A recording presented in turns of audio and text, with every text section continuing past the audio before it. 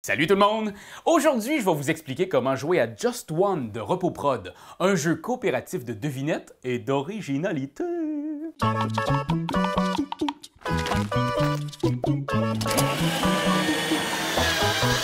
Dans Just One, 3 à 7 joueurs jouent ensemble coopérativement pour essayer de faire le plus de points possible. Pour commencer, c'est très simple, piochez les 13 cartes indices au hasard et placez-les face cachée au centre de la table. Rangez le reste des cartes, elles ne seront pas utilisées pendant cette partie.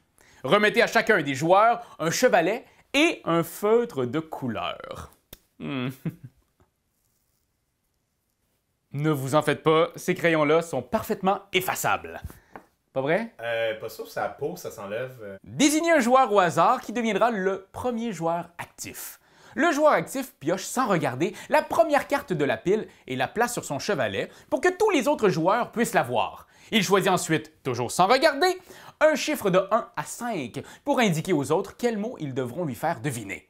Après quoi, chaque joueur doit inscrire en secret sur son chevalet un indice en lien avec le mot mystère, le tout sans se consulter.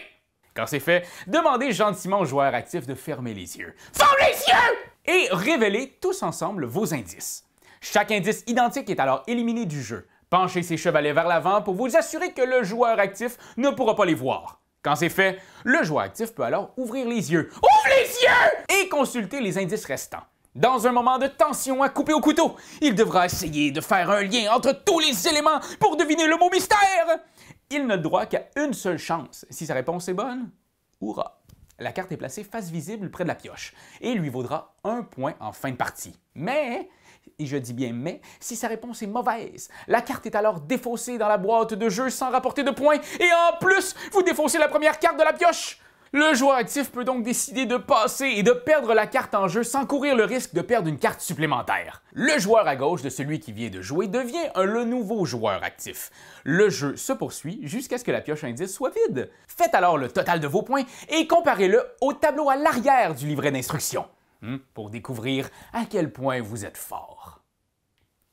Quand t'aimes quelque chose, tu donnes des bisous dessus. Mais comme c'est un ordinateur, tu donneras pas de bisous. Tu vas plutôt commenter, puis tu vas partager. Oh oui, partager, partager, partager. C'est la leçon de Jésus!